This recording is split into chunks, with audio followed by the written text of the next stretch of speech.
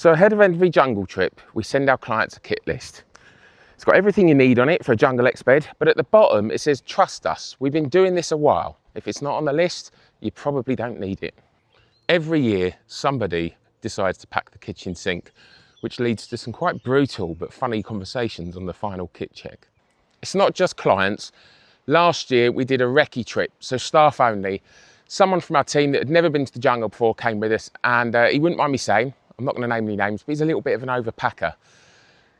The entrance into the jungle is quite a steep incline, and let me just say that by the end of sort of day one, I think he was regretting some of his packing choices.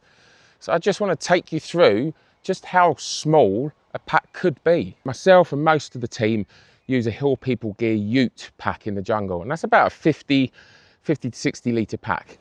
Here, we've got the classic medium Alice pack. And the Alice packs were loved by American and British forces for jungle work because they are really lightweight, really robust.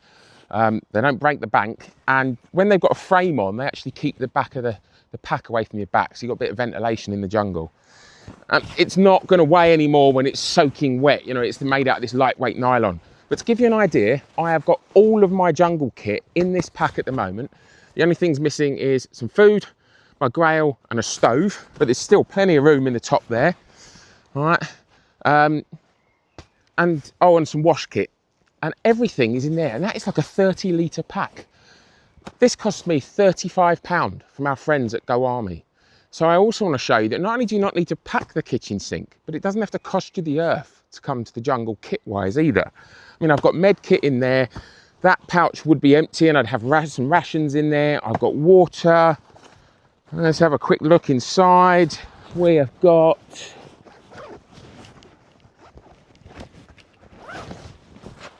still plenty of room in the top of that pack.